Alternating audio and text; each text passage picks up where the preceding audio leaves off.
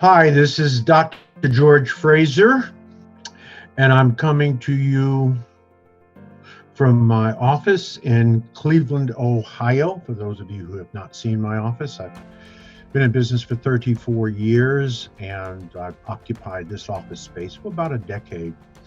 It's good to be with you, and I want to talk some stuff to my brothers and sisters out here.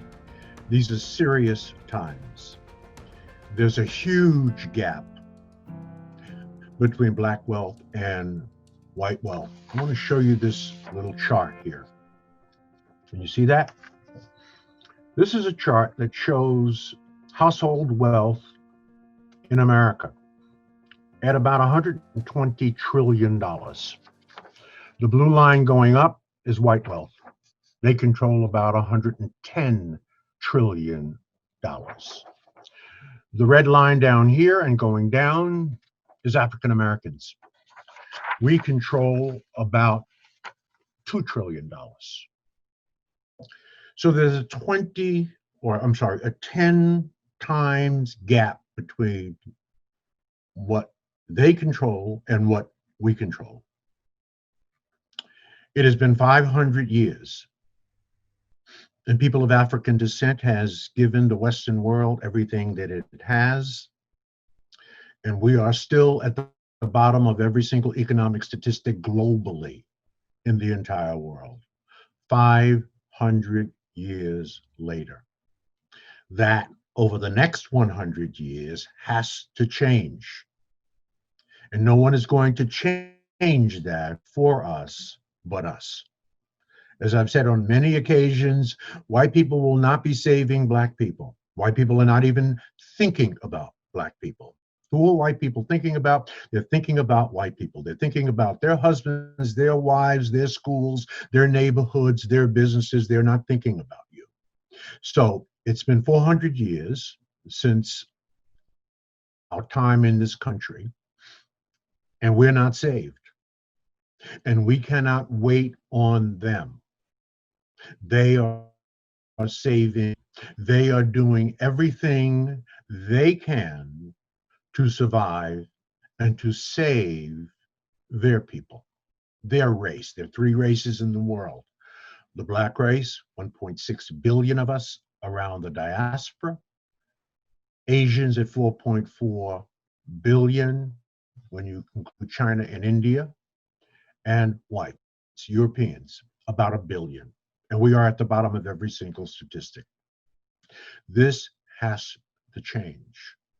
Business development, entrepreneurship is a core piece of what we must do in the 21st century, that we must create work and jobs for our people, because that's the only way to raise up the poor. And every immigrant group that has ever come to this country has understood that, but black people. Jews are the number one employer of Jews. Asians are the number one employer of Asians. East Indians are the number one employer of East Indians. Arabs are the number one employer of East Indians. By the end of the 21st century, we must become the number one employer of our own people. That will require an aggressive path into the development of businesses that create work jobs for our people. The statistics as they stand now, the last 5-year reporting period from the US Census Bureau, says that there is unlimited opportunity and there is unlimited capacity within the context of entrepreneurship, nationally and globally. But nationally, black people can have developed about 2.6 million businesses. It's about a 35% increase over the last 5-year reporting period. Most of that new business development have been by black women. 2.6 million businesses, a 35% growth. So we're headed in the right direction. That's the good news. The bad news, only about 111,000 of those businesses have employees. Let me say that again. Only 111,000 of those businesses have employees. And those businesses with employees have experienced growth about 17% year over year. The average annual revenue of businesses, black businesses with employees, is about $1.3 million a year, and that's grown 82% again over the last 5-year reporting period. That means that about 2.9 million of our businesses are sole proprietorships. Sole proprietorships have grown about 125% over the last 5-year reporting period. The average annual revenue of a sole proprietorship is about $18,700 a year. That is below the poverty line, and that growth is down 11%. So we are starting more businesses. In other words, we're headed in the right direction, but we are not growing those businesses. And as a result of that, in other words, we're not bringing on other people in our circle, people that we know, love, and trust to help us to build our businesses out of a sole proprietorship. And as a result of that, our annual revenue year over year is down about 11%. So we have a lot of work to do. I answered a question not long ago in a speech that I gave before COVID-19. And the sister asked me, Dr. Fraser, what is the number one reason you believe that black businesses fail? Well, the answer is simple. Simply will not do the work. Entrepreneurship is no joke, and it requires working harder for you than you will work for anybody else. But it's not really work. It is really doing something that you love. It's a purpose, it's a passion. So I don't consider me working 14 hours a day during the week and 12 hours on the weekend. I don't consider it work. I'm energized and I'm excited about the work that I do. So it doesn't seem like work to me. There's almost nothing I would rather be doing other than with my family, right, than the work that God has assigned me to do. But it is still no joke. Now, my point is, if we look at all of the statistics, brothers and sisters, Black America is in an existential crisis. And until Black America puts Black America first, Black America will always be last. Cannot be black and beautiful, because that means nothing unless you're black and powerful. You can't be black and proud and niggers too. White folks are planning for 3 generations, and we're planning for Saturday night.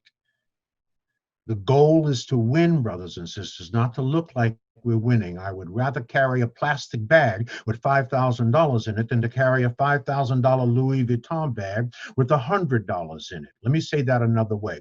The rich stay rich pretending to be poor, and the poor stay poor by pretending to be rich. If nothing changes, we are headed into a second slavery, and all the studies and all the statistics show this. The Institute of Policy Studies, the April study for 2018, said very succinctly, with statistics to back up its closing statement. It said by 2053, 10 years after the majority becomes the minority, if nothing changes among African Americans, African American median household wealth will be zero. So try to operate in a market-based economy and a democratic capitalist society without money. Also understand that we will never manifest our dreams, brothers and sisters, by complaining our way out of our current reality. It's not going to happen. Our future depends on us coming to this realization that everything you want in life is on the other side of hard. That's just life. Welcome to life. You are the future. I'm 75 years old. I'm the oldest of the baby boomers. I'm an elder. I am, in a sense, metaphorically the past. The work that baby boomers did and the four generations before us, pretty much that work is done. We will provide guidance, hopefully infrastructure and systems for you, our future generation X, Y, Z, and generation Alpha, the children of the millennials. So you could take it to the next level. We will pass the baton to you. And you must understand, brothers and sisters, we're all drinking from wells that we did not dig. We are standing on the shoulders of giants. Giants. Think about it.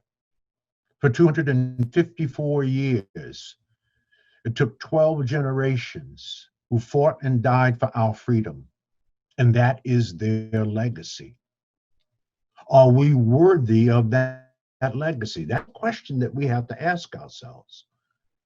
Are we worthy of the legacy for our fight for freedom, which took 254 years? Are we worthy of the legacy of the 100-year fight from 1864 to 1964 for civil rights, voting rights, and public access? That took 5 generations, and the baby boomers were the last to participate in that struggle. 1964, the Civil Rights Act was enacted, voting rights, fair housing. Are we worthy of that legacy? And if, in fact, you can answer that question with a positive, then the next question is, what then will be your legacy? What will our children's children be saying about you, Generation X, Y, Z, and Generation Alpha, 150 years from now? What will be your legacy? Will it be Black Lives Matter? Will it be rap music? What will be your legacy? I hope that's not the entire legacy. There are very powerful and positive elements of those two things.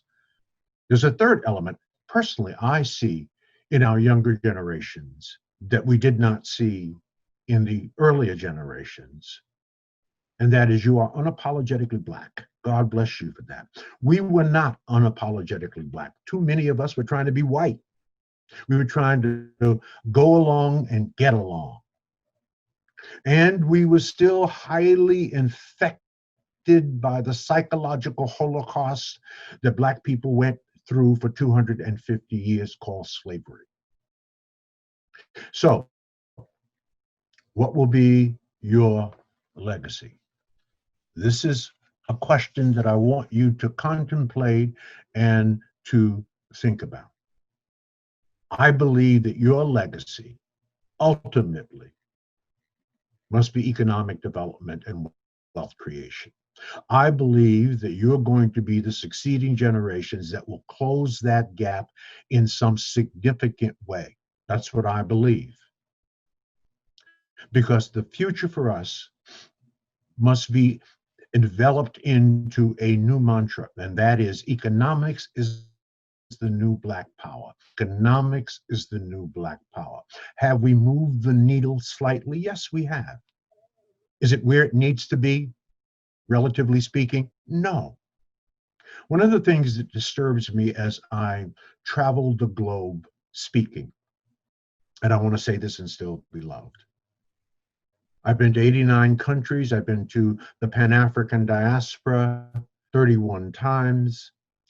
And no matter where I go, wherever Black people are, whether it's Seattle or Miami, whether it's San Diego or Maine, whether it is New York or Los Angeles, whether it is Jamaica or the Bahamas, whether it is Cape Town, South Africa, or Egypt, whether it is Ghana or Kenya, whether it is Rio or Bahia, wherever I go where Black people have been dispersed, we are at the bottom of every single economic statistic in the entire world.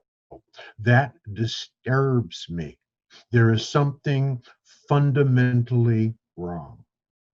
Others have done what they needed to do to fight for their survival and ultimately to thrive.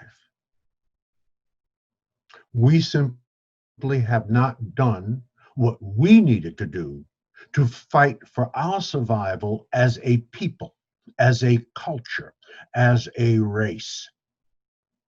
It is now time for all hands on deck to circle the wagons and to focus on making Black people great first, especially in the areas of economics. Economics, yes, must become the new Black power for at least the next 200 years, if in fact we have any hope of closing the wealth gap between Blacks and whites in the world.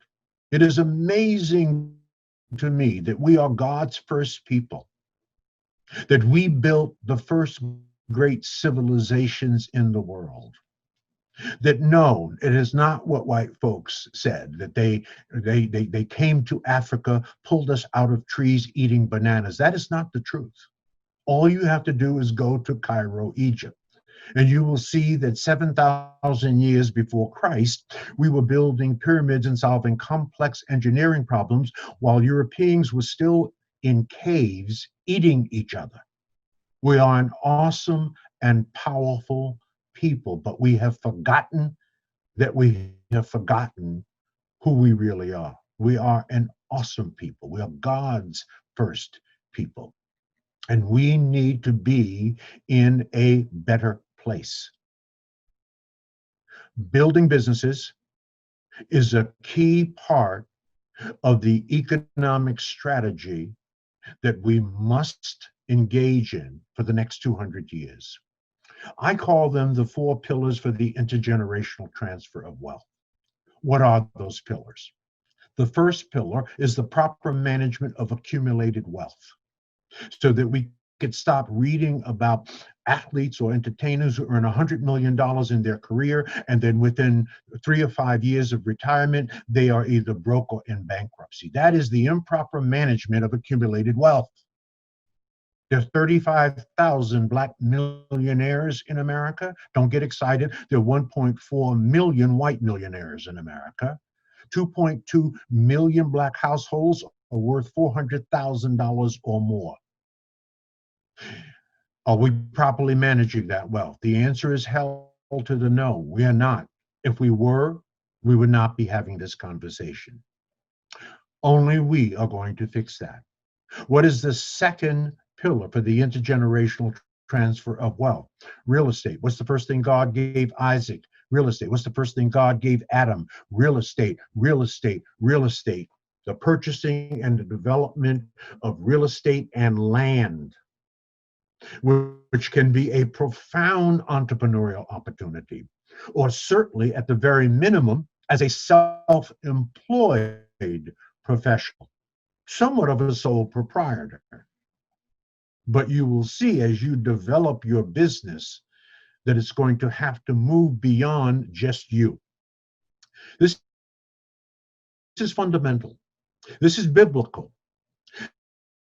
There's a passage in the Bible, a direct quote from Jesus Christ. Now, there are not that many direct quotes from Jesus Christ in the Bible. There are 800,000 words in the Bible. Only about 1,100 of those words are direct quotes from Jesus Christ. John 5:30, and Jesus said, I of my own self can do nothing. I of my own self can do nothing. Now, this was Jesus, the Son of God, and he couldn't get it done on his own by himself in a vacuum. So he had what? 12 disciples. One of those disciples turned on him. That left him with 11 disciples. There's symbolic or symbolism related with the number 11, where 1 plus 1 doesn't and shouldn't make 2 in your life. 1 plus 1 should make what? 11. 11. So if you're going to grow and thrive and develop your business, whether it's in real estate, whether it's in data analytics, whether it's owning a chain of restaurants, or whether it's owning a chain of franchises, you're going to have to count on other people in order to grow and to develop your business. So real estate, that's the second pillar for the intergenerational transfer of wealth.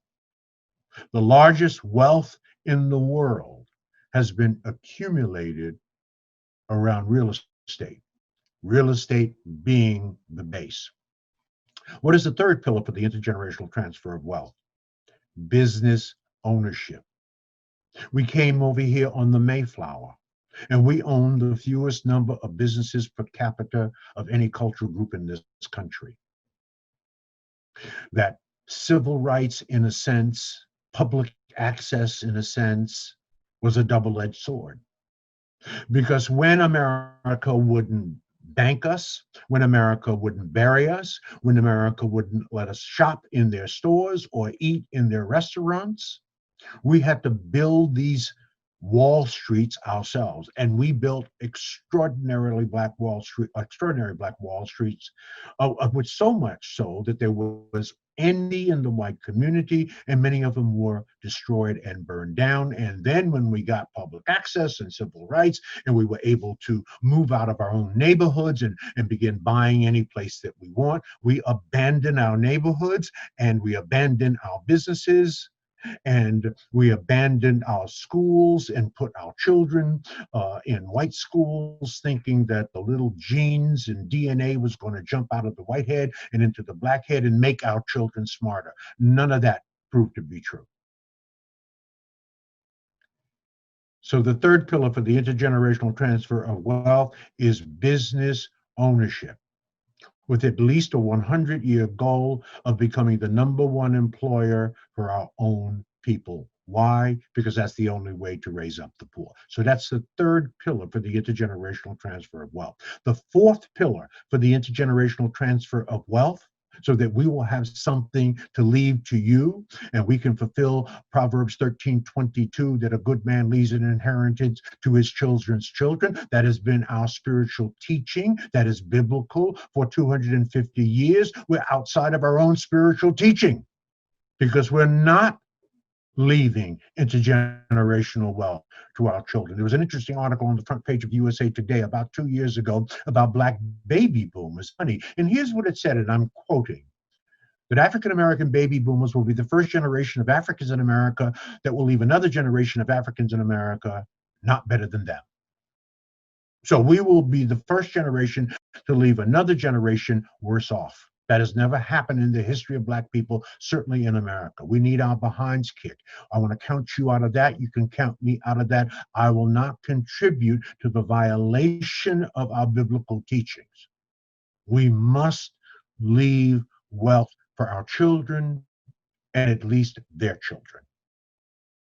The fourth pillar for the intergenerational transfer of wealth, you've heard me talk about this many times, and that is proper insurance. That 60% of all wealth is transferred tactically and strategically tax-free through proper insurance. There's an interesting article in the New York Times not long ago about black people and their cell phones. Very interesting statistic came out of that article. It said that more black people had insurance on their cell phones than on their lives and the lives of their children. So we value our cell phones more than we value our lives. And that's because we have not been taught insurance. Insurance and proper insurance has not been modeled for us.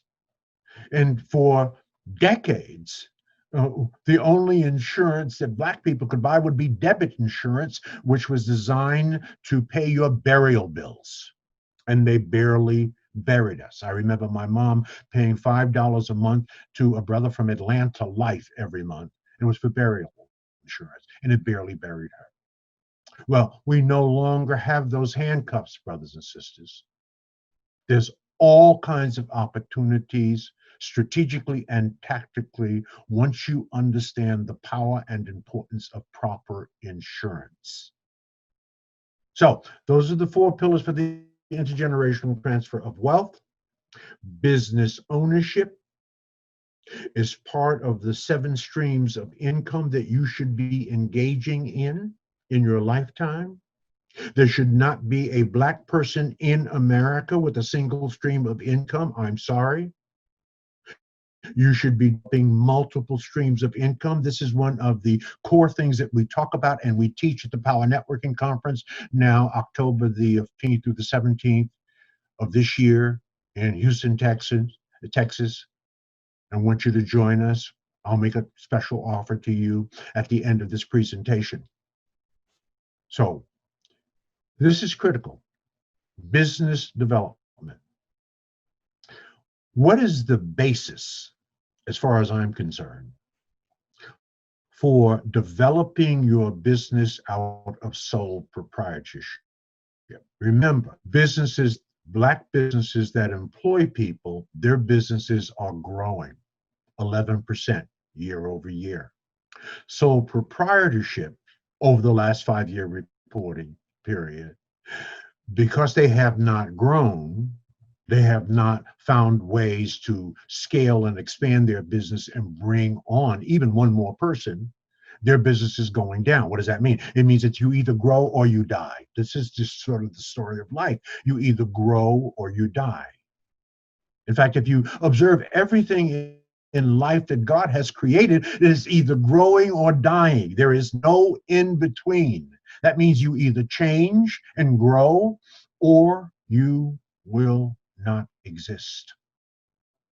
So, as far as I'm concerned, the core skill set, other than being a inch wide and a mile deep in your subject matter expertise, and then a mile wide and an inch deep in matters of the world, so that you can have a 360-degree personality and you can talk about something other than the sports and the Real Housewives of Atlanta, because people engage with interesting people, but certainly they engage with people who are, in terms of their subject matter, in terms of their business, they are excellent at what they do. Why is that important? Well, my mom taught me many years ago that if you're Black and mediocre in America, you better leave, that we're going to have to be twice as good to get half as much. That we cannot be mediocre, brothers and sisters. Again, if you're Black and mediocre in America, you better leave, because you're going to be marginalized and you're ultimately going to be destroyed. Mediocrity is not for Black people. It is for white people only. Only white people can be mediocre and get over. Now, how do we know that to be profoundly true? Look at what we have in the White House as compared to what was in the White House. We have a mediocre white man who is now leader of the free world. If Barack Hussein Obama had done 1/100th of what Donald Trump had done or said, he would not have been elected dog catcher in this country. So we cannot be mediocre. We must be excellent. Excellent is and we must move from excellence to exceptionalism. That is what Fraser Nation is all about. It is a nation in the cloud of Black excellence globally. And what we do in our nation, what we do with the Power Networking Conference, is move them from excellent to exceptional. That's what it's about. We provide the training, the inspiration, the motivation, the models, the insight, the mentorship to move you from excellent to exceptional. And that's what you're going to have to be a successful business person. I've been in business for 34 years. Other than funeral homes and some legacy Black businesses in our culture and in our community, it is highly unusual for a small Black-owned business to be around for 34 years. Why have I been able to survive? A, I can be trusted. B, and I'm not bragging, I'm just saying, I perform at every opportunity, every chance that I get, with excellence. And I demand excellence from my circle of friends. So your network, and as you know, I've written 6 best-selling books on the power and importance of the relationships in our lives, the power and importance of networking. Your network ultimately will determine your net worth. Make no mistake about it. Introduce me to your 5 closest friends, and that will tell me who you are. As they know and as they go, so go you. What am I saying to you? Don't spend major time with minor people. People going nowhere want you to go nowhere with them. People doing nothing want you to do nothing with them. If you want to change your life, change your relationships. If you are not where you want to be in life, it's because you do not have the right people in your life. And you made that decision. You decide who is in and out of your life. Most Black people do not spend enough time on building relationships and networking. We did a major study on that. We contracted the Gallup organization to do a national study on the networking habits of Black folk versus white folk. It's about a 7-year-old study. It's very interesting what came out of that. What came out of that is that white people spend approximately 75% more time working on cultivating, at nurturing and developing relationships at work, at home, and in the community versus Black people. As a result of the amount of time that white people spend on networking versus Black people, they have about 155 developed, cultivated relationships that they can call on for knowledge, information, and resources. We have under 50 developed relationships in our lives that we can call on for knowledge, resources, and the things that we will need in life. So we don't spend enough time working relationships. This is one of the reasons why so many of our startup businesses fail. They do not have the right people in their sphere of influence and in their circle. They do not understand that they're going to have to work on 3 networks throughout their entire life, through every passage of life. You get about 8 passages, each passage is about 10 years. Let me say that differently. You're a different person at 10 than you were at 1. You're a different person at 20 than you were at 10. You're a different person at 30 than 20, 40 than 30, 50 than 40, 60 than 50, 70 than 60, 80 than 70. You're constantly evolving. Let us pray. And so people are pruning in and out of your life through every passage of your life. That means you have to be working on and cultivating 3 kinds of networks. One is your personal network. These are your close circle of friends. These are the people that cheer you on and lift you up. Let's call this your network at home. Then there is your operational network.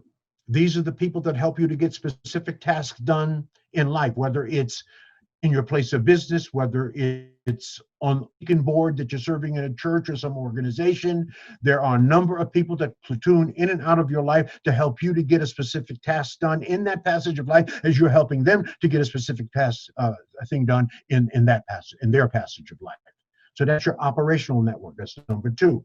The third is your strategic network. These are the people that are smarter than you. These are the people that will drag you into the 21st century kicking, screaming, and crying. These are the people that will ultimately be your mentors and your coaches. If you are the smartest person in your network, you're hanging out in the wrong damn network. Because how are you going to grow? Who is reaching down and lifting you up? Who's helping you to grow? So you have to have people that are smarter than you in a variety of different ways to help you grow. That's how you grow anything. So building and cultivating your relationships, your network is critical. Without failing to do that, John 5:30, and Jesus said, I of my own self can do nothing. Without that, you will remain a sole proprietor. Without growth, your annual revenues will continue to decrease. Of course, there are exceptions to that rule, but you're not the exception. Don't think of yourself as an exception. There are mistakes that we make when we network.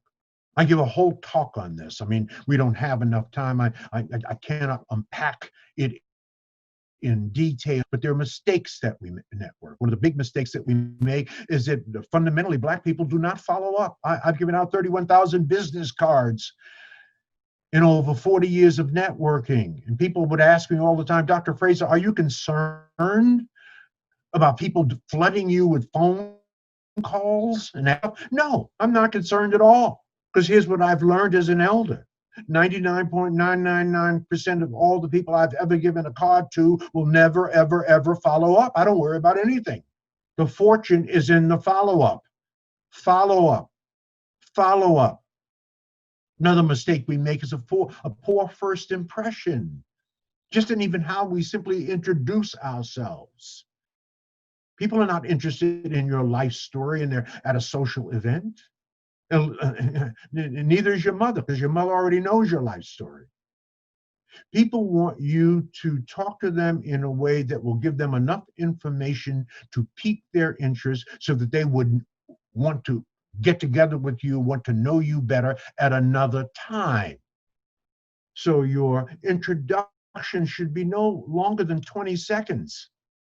And it has 5 components, and I've talked about this many times. What are the 5 components, Dr. Fraser? Who you are, where you're from, what you do, how do you add value?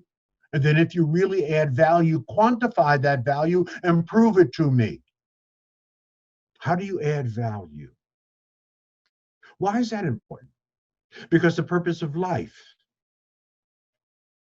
fundamentally is very simple.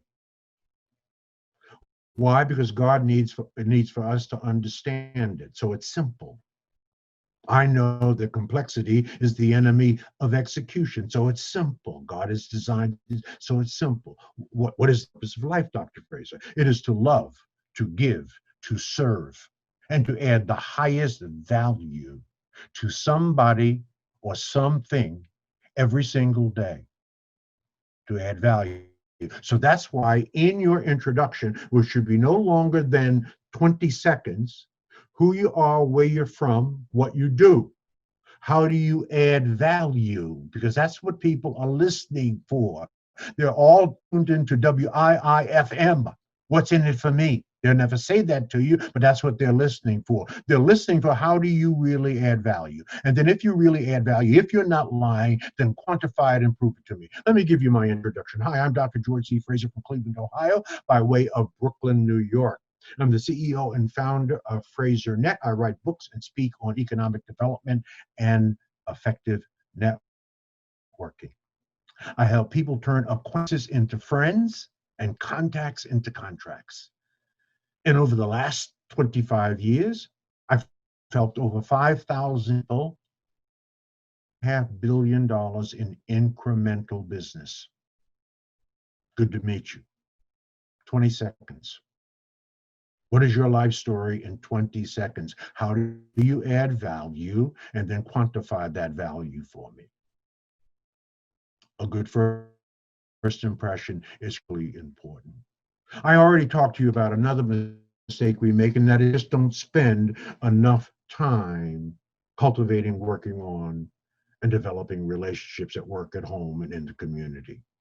All the studies prove that. That's improving since the study was taken by Gallup that we commissioned, but it's nowhere near where it should be. And finally, because we're running out of time, the biggest mistake we make in networking is that most people are networking to get something. Wrong. You network to give. And as you give, you get. You ain't given, you ain't get. If you have nothing, it's because you've given nothing. You cannot take out of life that which you have not put into life, just as you cannot take out of the bank that which you have not put into the bank. So most people are networking the wrong way. You network to give. And as you give, you get. Now, I may not get it directly back from you, but I'm putting it into the spiritual bank of giving. And ultimately, it will come back to me. People ask me all the time, Dr. Fraser, there's some people I really want to meet in life. There's some powerful brothers and sisters out here. I've read about them. I've heard about them. I've read their books. And boy, I would really like to meet them. I said it's a very simple answer to that. If you want to meet important people, you have to be where important people are, because they ain't coming to you.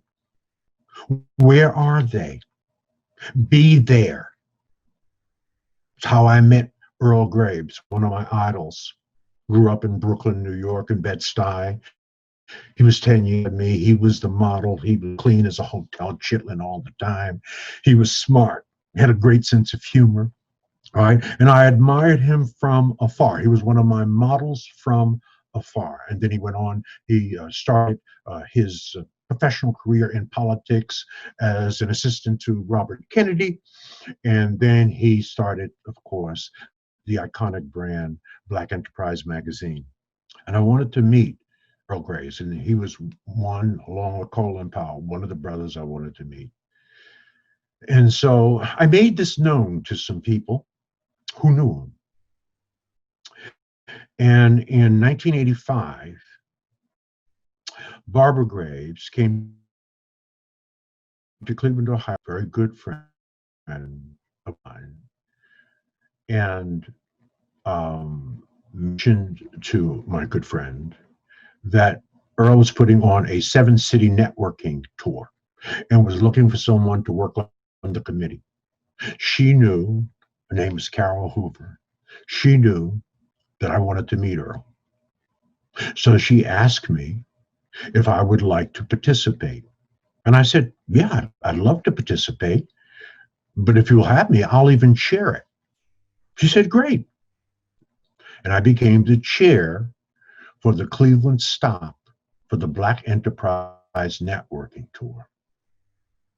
Well, I don't have to tell you that of the 7 tours, including New York and Atlanta, Cleveland was the most well-attended per capita of any city that the tour stopped or the tour stopped. On the day of the event, Earl Graves rolls into Cleveland, beautifully dressed, a gorgeous tie on. And who did he have on his right side? The governor of Ohio, Governor Richard Celeste. So Earl rolls in there with the governor. Now, I don't have to tell you how impressed I was, but Earl Graves was just as impressed with the crowd and the job that was done. It went perfect. And we became friends. This was, remember, 1986. We became friends. He gave me his card. He gave me his phone number. I didn't bug him, but I just continued the relationship by sending him articles that I saw about him or Black Enterprise magazine, maybe touching base with him in some way. This really before email, right? With a handwritten note and some sort of thank you, but I would not blow up his phone. And we remain connected. Fast forward 6 years, and I got a deal from HarperCollins to write a book on networking in Black America. It was William Morrow at that time. HarperCollins then bought William Morrow. I asked Earl if he would do me a personal favor and just review the manuscript and maybe say something nice about it if he liked it. He said, of course. I sent him the manuscript. He read it. He got back to me in about a week. He said, George, this is spectacular. This is an anointment. He said, I love this book. Not only am I going to give you a blurb, I'm going to call some very, very important and powerful people and ask them to give you a blurb. And not only am I going to do that, I'm going to have success runs in our race as our first book excerpt in Black Enterprise magazine. And as a result of that, I'm going to put you on the cover holding your book of Black Enterprise magazine. Now, I did not start out helping Earl Graves, even knowing that someday I would be writing a book and I would ask him for a blurb. I did it because I wanted to help. I wanted to serve.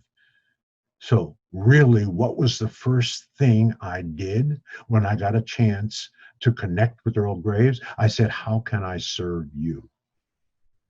And he had something for me to do. It's the same way I met Colin Powell. So you want to meet important people, you have to be where important people are. Okay. So I'm going to close this out because we're running long. to say, so little time to say it. Please join us at the Power Networking Conference where I unpack this in workshops and talks and so forth. Dr. Julius Garvey, by the way, Dr. Julius Garvey, the son of Marcus Garvey, will be joining us to get a special, our first International Marcus Garvey Award. Julius Garvey, I don't know if you know who Marcus Garvey is. I pray that you do. I posted something up on Facebook, a speech from Marcus Garvey. It is historic. It's a barn burner. Check it out, brothers and sisters. It is awesome.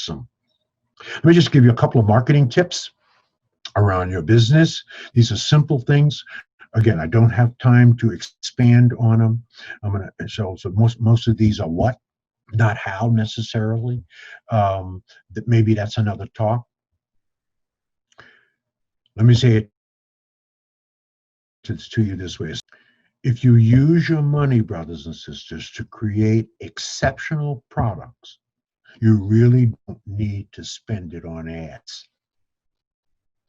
Be excellent or exceptional, and you will never have to worry about competition. Competition will worry about you. You will never have to wait in anybody's line. People will wait in line for you. Be exceptional. Create exceptional products, and you'll have to spend a hell of a lot less on advertising because people will find exceptionalism. Black people were born to be exceptional. Excellence is our base. In fact, I'm going to redefine the word gangster for you, okay? We're going to redefine it at the Power Networking Conference officially this year in October. No longer will gangster mean celebrating the thug life. Forget that. And you know, Black people are famous for changing the meaning of words. So from now on, gangster, if you are a citizen of Fraser Nation, means Black exceptionalism. So if I come up to you and say, gangster, baby, gangster, I mean that you are exceptional. Develop exceptional products, and you won't have to worry about spending so much on ads. Now, number two, people don't buy goods and services. They buy relationships, stories, and magic.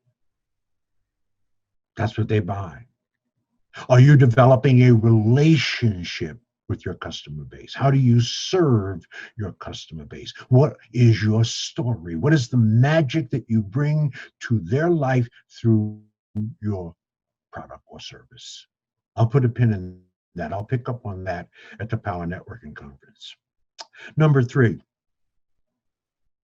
don't find customers for your products. Find products for your customers. Let me say that again. It's subtle. Don't find customers for your product.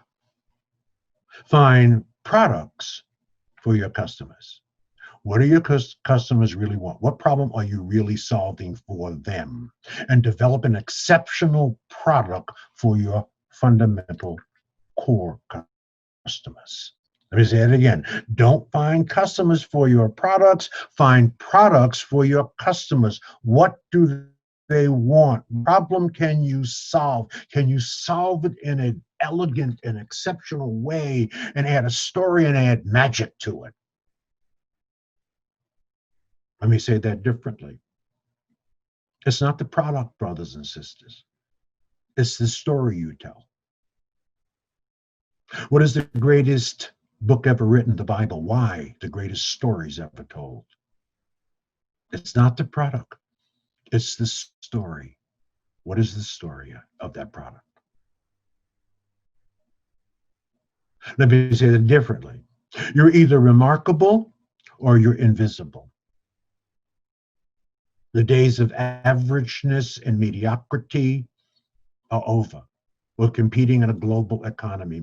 So it's over for white people. It is damn sure over for Black people.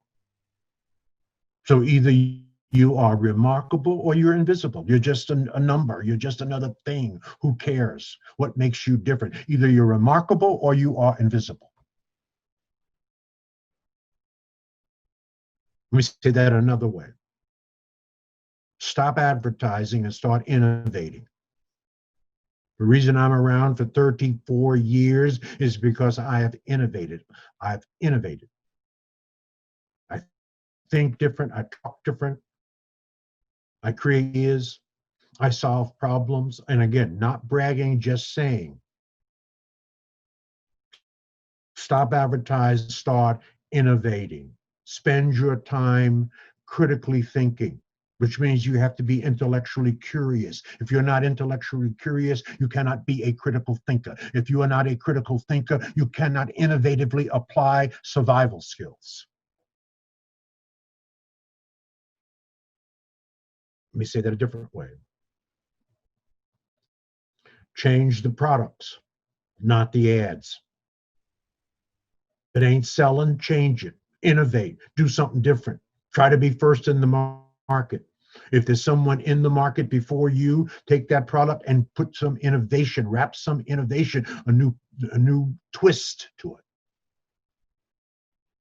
Change your products. Don't necessarily change the ad. And finally, and I'm closing with this, a product for everybody is a product for nobody. Let me say it again. A product for everybody is a product for nobody. Let me say that differently. There is something for everybody, but not everything is for everybody.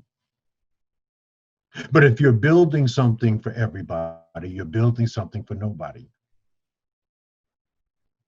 There is something for everybody, but not everything is for everybody.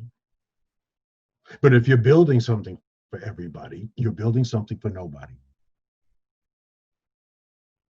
Who is your product for? Have you identified them?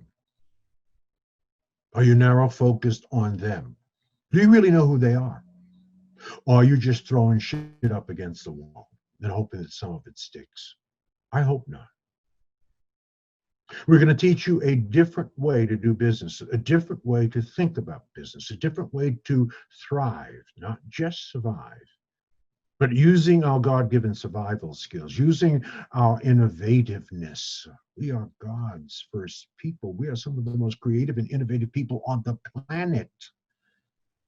And while creativity is wonderful, systems are better.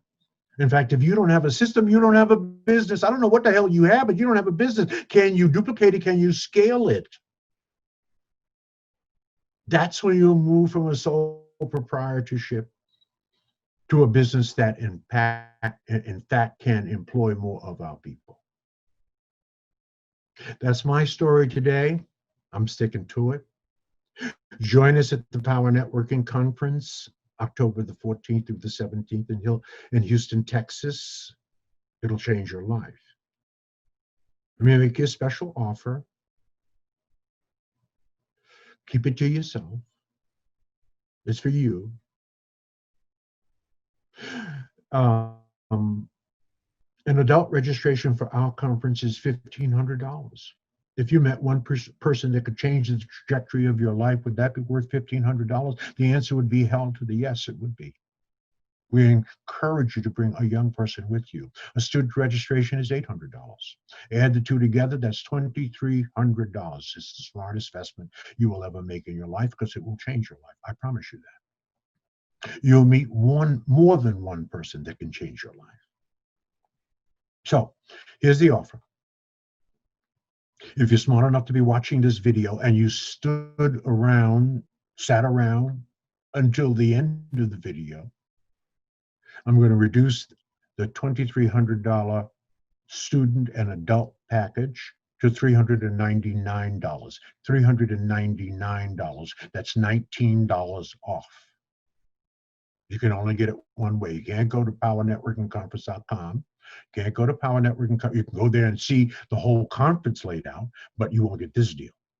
The way you get it is you email me personally, gfraser@frasernet.com. That's gfraser, Fraser, @frasernet.com. Say, I'm in, put your cell number and your name in the email, and I will personally call you. Yep, me.